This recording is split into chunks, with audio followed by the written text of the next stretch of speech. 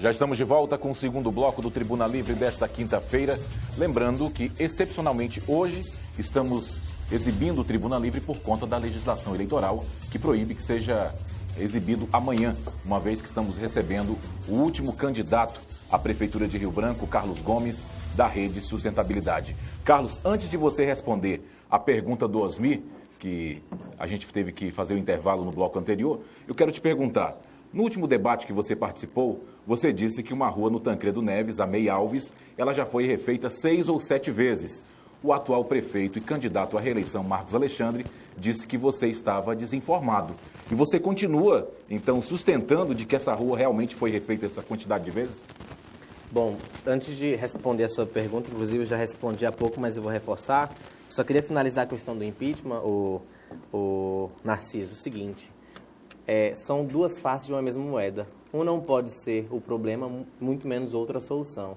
A Constituição deve ser respeitada e a gente deve, sobretudo, defender o que a Constituição preconiza, independentemente das nossas paixões, das nossas vontades políticas. Não é porque um tem crimes tanto quanto o outro que isso vai inocentá-lo. Então, acho que o debate político é um, mas o que fala a Constituição é outro. Apesar de que o julgamento também é um tanto político. Talvez... Mas, Carlos, antes de você responder a pergunta dele, é porque esse Osmir... ele tem me importunado muito nesse programa. Eu espero, então, selar a paz entre vocês. Eu quero deixar perfeitamente claro. Né? Quero deixar perfeitamente claro que quando eu digo que sou contra o impeachment, eu serei contra qualquer impeachment. E diria mais a você aqui, de viva voz e absolutamente tranquilo. Você vai trazer Marina agora, né? Não, no dia... que a Câmara dos Deputados, no dia que a Câmara dos Deputados, por 367 votos contra 137, autorizou o processo de abertura do impeachment, se eu for, eu teria votado pela abertura do processo, esperando que a presidente Dilma reconhecesse que ela que teria de renunciar, porque ela perdeu a condição de governar. Eu não era a favor da continuidade, nunca fui a favor da continuidade do processo de impedimento. Do processo, da manutenção do governo dela. Eu sou contra o impeachment porque eu acho que ele é um instrumento perverso, que pode, em algum momento, ele representar tão somente uma quartelada parlamentar, embora esteja consagrado na nossa Constituição. Quero deixar claro isso. Ok, só para dialogar É porque eu quero entrar no teu programa. Não, vamos entrar no programa, mas eu tenho duas questões para responder. Sobre impedimento. Vamos fazer agora uma análise política. Ela não tinha sustentação para governar. Não tinha, isso é fato. Correto. Independentemente do resultado final do processo de impedimento, ela não teria, porque a gente teria aí um Congresso que aprovaria pautas bombas e que não daria qualquer possibilidade de governabilidade para ela. E quem pagaria o preço, como quem está pagando, seria a população mais uma vez. Então, isso é uma questão muito básica. Do processo, do ponto de vista jurídico, legal, ele, na minha opinião, foi o mais acertado. Mas o político também levaria a uma instabilidade muito pior do que a que a gente está vivendo hoje, com todas as críticas que eu tenho ao vice-presidente e atual presidente Michel Temer. Inclusive, sou contrário ao governo dele, mas eu não posso deixar de reconhecer algo que é muito básico na política brasileira. Sobre a rua Meire Alves, e aí a gente entra, Osmir, eu ia até gravar um vídeo, mas eu acho que essa política de gravar vídeos sobre o problema é uma política muito atrasada, mas eu reitero. O problema existe, está lá, talvez o prefeito se ache muito presente, muito atuante, e talvez essa presença tão concisa, tão, enfim, que a gente teve esse problema aí de desvio de combustível e tudo mais, e ele não esteve tão presente. Aí fica emitindo nota e tudo mais para reafirmar algo que, na verdade, a presença e a propriedade com que ele fala da administração pública não condiz com a realidade dos fatos, porque eu estive lá, inclusive depois do debate, para reafirmar aquilo que eu havia dito. Mas isso eu vou convidá-lo, a gente pode ir lá junto, inclusive depois tomar um café, eu e o atual prefeito candidato à reeleição, para mostrar para ele em loco lá o buraco. E talvez a equipe dele não tenha feito o serviço de qualidade, ele pense que a obra está feita. Mas, Carlos, eu vou discutir um assunto aqui, não tem nada a ver contigo, mais para teus filhos, netos e bisnetos. Mas eu tenho interesse nesse teu programa que você colocou aqui. Que é o programa para ciclistas e pedestres.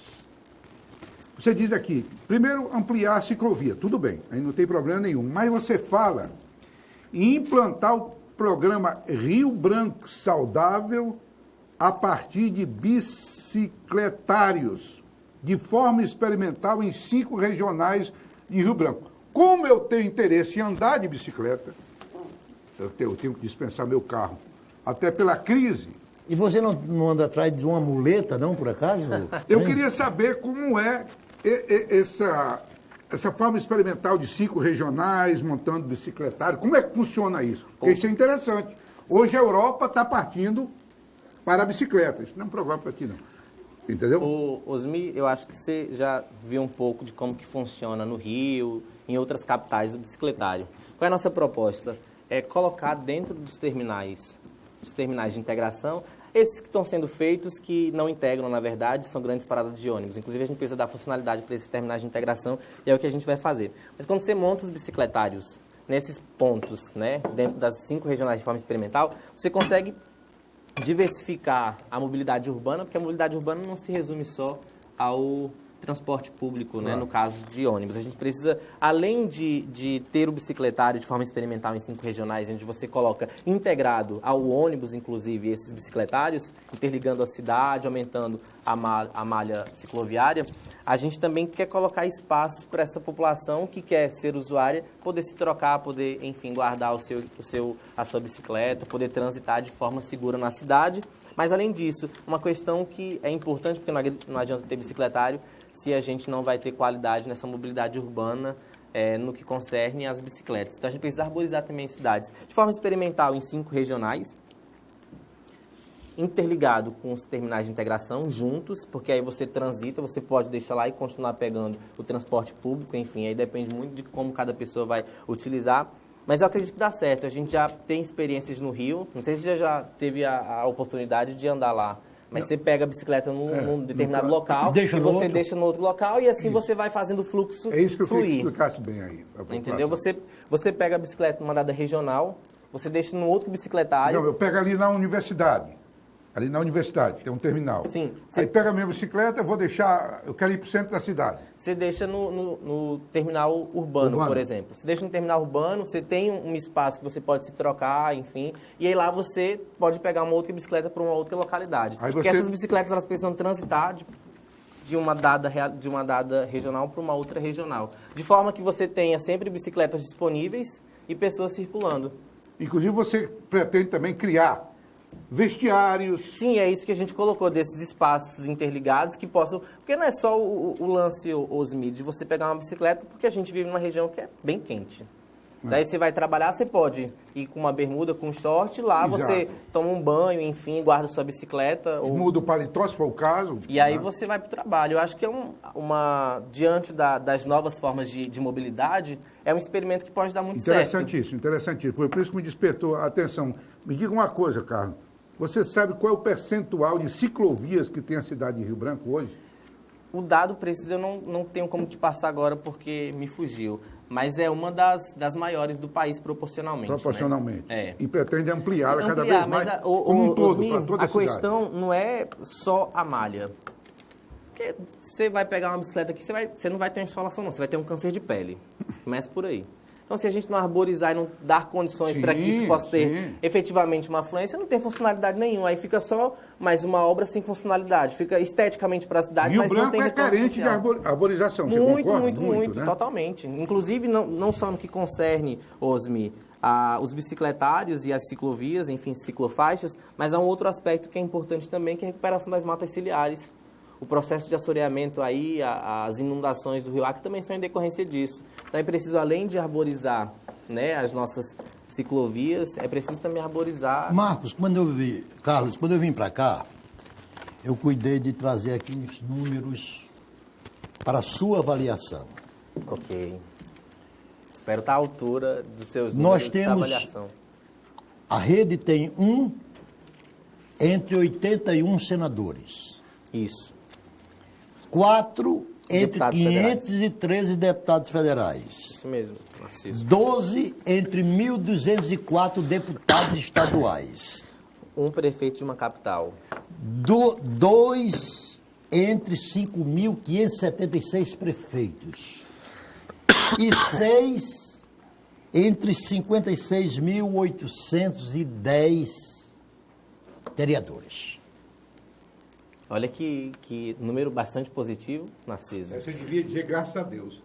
Não. Tá vendo? Não, mas vê se entende a minha pergunta da forma que eu quero fazer. Sim, Narciso, pode falar. Se você me perguntar se isto aqui tem alguma relação com a hipotética candidatura de Marina Silva a presidente em 2018, que você diga que ela não é candidata ou que ela diga que não seja, eu não vou acreditar de antemão. Não vai ao caso. Porque Collor foi eleito presidente da República sem nenhum prefeito, sem nenhum governador, sem nenhum senador. A minha pergunta é, isso não é uma disfuncionalidade do nosso regime político que uma figura pode chegar ao comando máximo da nação sem dispor de nenhuma estrutura nos outros níveis políticos? O Narciso, antes de a gente falar disso especificamente, eu quero falar do quão importante é para a gente esses dados que você trouxe. A rede, ela fez 1 ano há pouco tempo, acho que semana passada, não sei te precisar o dia, e em pouco tempo... Eu lhe digo aqui, foi no dia 22 de setembro de 2015, Isso foi semana passada. Não, a gente tem 1 ano. Um ano de registro, porque a gente estava naquela correria de ter as filiações, depois teve a reforma, a pseudo-reforma política que mais exclui do que inclui. Mas, Narciso, eu concordo com você. Né? A gente tem uma Marina presidente no formato de uma política que é viciada, que quer excluir os que pensam diferente. Essa última reforma política aí, ela foi totalmente equivocada. A gente precisa de uma reforma política que possa promover mudanças na estrutura da sociedade, porque... eu até concordo com cláusulas de barreira, eu pessoalmente, mas a gente precisa mudar muito, muito do que está aí.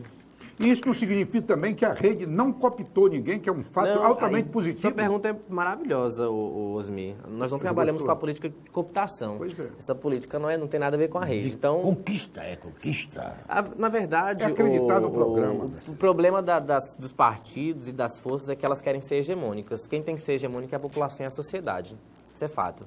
A rede não trabalha com aquela lógica dos partidos de ter vários números e vários quadros. Você vai no congresso de um partido tradicional desse, tem um monte de gente levantando crachá, porque o líder está lá na frente dizendo levanta, abaixa. Então, a questão nossa, a gente está preocupado com inflar o partido, a gente está preocupado em ter uma coerência entre aquilo que a gente se propôs ser dentro do nosso manifesto, dentro do nosso estatuto.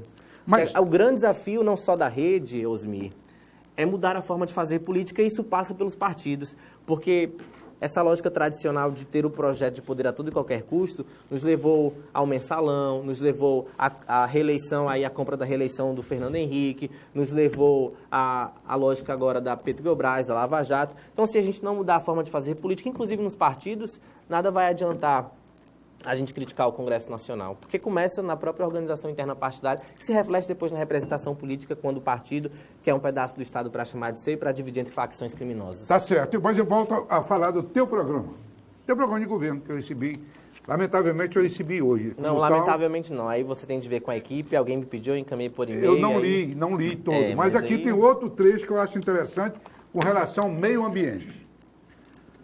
Você diz aqui, no seu programa, diminuir em 40% o consumo de energia não renovável entre os anos de 2017 e 2020 na administração pública de Rio Branco. Como será essa diminuição do consumo de energia não renovável? Primeiro você tem que pensar que a administração pública também passa por paisagismo. As construções dos prédios, Osmi, dependendo da construção que você faz, ela pode economizar a iluminação. Já começa por aí.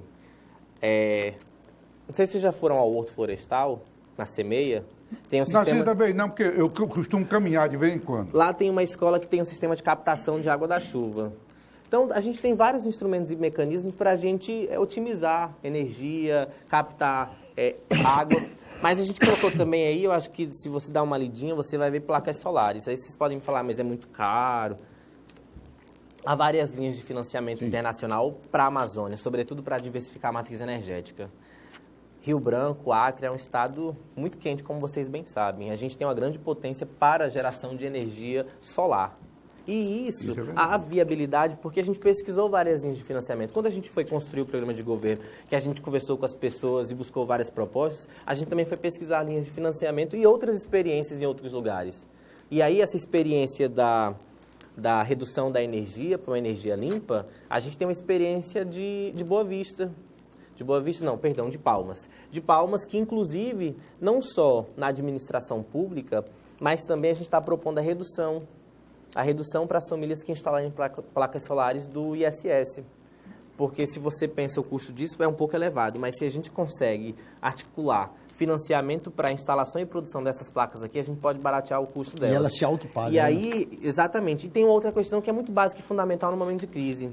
A gente reduz a tarifa de energia quase para um custo zero. E isso tem um retorno para a economia local, porque o dinheiro que a gente deixa de gastar com energia é o dinheiro que a gente pode aumentar a cesta básica ou o dinheiro que a gente pode fomentar comprando blusas ou no lazer ou o que quer que seja. Então, essas propostas elas são viáveis, estão na pauta da discussão da sustentabilidade do meio ambiente e há total empenho de nossa parte e compromisso de promover isso, Osmi. Eu acho que, inclusive, as outras candidaturas devem se atentar mais para essas questões que reduz o consumo, reduz o gasto e pode gerar, inclusive, uma receita para o município. Eu não me lembro, Narciso, de ter visto nenhum desses programas que eu li, de mais candidatos, essa questão da arborização de Rio Branco, que eu acho que é uma coisa fundamental. Isso é qualidade de vida, sobretudo. Sim. Você caminhar porque o conceito de cidade sustentável é muito além de árvores, mas está dentro. E a gente precisa... Mas faz parte. Faz parte. E Rio Branco é uma cidade... Poderia ser muito mais agradável se a gente tivesse Carlos uma arborização Gomes. melhor. Vamos aqui de novo. Só o nome já é... Carlos Gomes. Carlos Gomes, nome de impacto. Não, mas imagina, o nome de impacto mesmo é Narciso e Osmi. Isso sim é o nome de impacto. Eu sou mais um Carlos dentre tantos vários Carlos nesse país. Pergunta, depois, lá no final, vou fazer uma pergunta depois sobre isso com você. Ô, Carlos, se existe um consenso da esquerda para a direita, norte, sul, leste, oeste, é que existe uma coisa que torna este país ingovernável. É tanto que, nesse particular, nós somos mais uma outra jabuticaba. É que nós temos no nosso Congresso Nacional representantes de 28 partidos diferentes. Hoje, no Estadão, tem uma reportagem do Fernando Henrique Cardoso, que não é meu ídolo, mas tem dado belíssimas opiniões recentemente. Eu estou achando que ele vai acabar sendo seu ídolo, porque todo programa... Ou o inverso. Todo programa você elogia o Fernando Henrique Cardoso. O Narciso dele. Ele afirmou que nos 8 anos de presidência da República, sob seu comando, ele com 3 partidos, que era o PMDB, que apoia até o partido que o diabo for o presidente da República, ele apoia. O PFL. O PFL e o PSDB. Com os 3, ele formava, inclusive, a maioria constitucional. Até dos 3/5. Sim. Hoje, a Dilma e hoje o Temer, para formar uma maioria constitucional, ele precisa de cooptar 20 partidos para uma aliança. Para, no final, compor um grupo não confiável. Vide as dificuldades que ele está tendo para aprovar as emendas que ele quer aprovar aí. Eu lhe pergunto, olha a pergunta que eu vou fazer, capciosa, hein? Seja aí bem tranquilo na sua pergunta, Narciso. Quando a rede foi criada, a rede foi anunciada no dia... A rede foi anunciada no dia 16 de fevereiro de 2013. Sim, nós lançamos a rede em 2013. O movimento Rede Pró Partido, tá? E foi legalmente aceita e concebida pelo Tribunal Superior Eleitoral no dia 22 de setembro de 2015. Isso mesmo. Vai minha pergunta. Aí, nesse instante, a rede se transformava no 34º partido político. Aí, depois dele, foi criado mais um, que é o Partido Novo. Não foi uma péssima contribuição, neste particular, a rede se constituir no 34º partido político, quando já existia partido demais? Narciso, péssima contribuição é você criar partido para barganhar o Estado, para barganhar apoio, para negociar tempo de TV. Isso sim é prejuízo para a sociedade. Um partido que nasce de um movimento orgânico da sociedade, aquilo que a gente chamava em 2010, o movimento Rede Pró Partido, que a gente lançou em 2013, em fevereiro de 2013, Eu não sei se vocês se recordam, mas o Congresso Nacional, juntamente da então presidente Dilma, operaram diversas dificuldades para que a rede não se legalizasse. Diferentemente do partido do então aliado Kassab, aliado até pouco tempo, porque foi um dos que endossou o impeachment da presidente Dilma. Agora, a questão básica para mim, Narciso, não é a criação da quantidade de partidos, mas o que os partidos se propõem. E aí, esses 20 e tantos partidos que o Temer precisa ter para ter governabilidade, para ter maioria, é em torno de uma política fracassada, que a gente precisa reconhecer. Verdade. Mas o problema de tudo isso está também naquilo que a gente está pautando enquanto sociedade. Qual é a nossa mobilização popular? E aí, claro que a gente pode fazer uma análise histórica, sociológica, do que foi a cooptação do movimento social, das ONGs, dos sindicatos, o que foi o aparelhamento dessas organizações para a gente não promover as reformas que são necessárias. Mas grande parte disso, Narciso, passa pela gente. Uma reforma política também passa pela gente, por quem a gente está escolhendo para nos representar no Congresso Nacional. Então, é preciso fazer, sim, a crítica a esse formato aí inchado de partidos. A gente precisa pensar uma cláusula de barreira. Você é a favor da cláusula de barreira? Eu tenho ponderações a rede nesse é sentido. A favor da cláusula de barreira? A rede não tem esse acúmulo, pelo menos não que eu tenha acompanhado recentemente o acúmulo, até apesar de que eu estou muito envolvido na campanha, mas eu particularmente gosto de pensar algumas questões para a gente ter condicionalidades para a política ser talvez um pouco melhor. E isso passa por um amplo debate, não só com o Congresso Nacional, mas sobretudo com a sociedade. E é fato que essa máquina inchada em razão de vários partidos já nos mostrou os prejuízos que nos trouxe e vai levar muitos mais, porque o governo do então presidente Michel Temer não é diferente da presidente Dilma e o modus operandi é o mesmo. Ele não é o problema, ele não é a solução de um problema que foi gestado por ela. Eles governaram e patrocinaram os retrocessos e os escândalos de igual forma. Então, Carlos, a gente vai ter um grande desafio pela frente para repensar o Congresso Nacional e os partidos políticos. Desculpa, Tião. Carlos, Osmir e Narciso, nós vamos fazer mais um rápido intervalo comercial. Daqui a pouquinho, nós voltaremos com o terceiro bloco do Tribuna Livre desta quinta-feira, 29 de setembro, onde o Carlos Gomes, que é candidato da Rede Sustentabilidade, irá falar sobre os temas educação, infraestrutura, transporte e principalmente saúde. É rapidinho após o intervalo.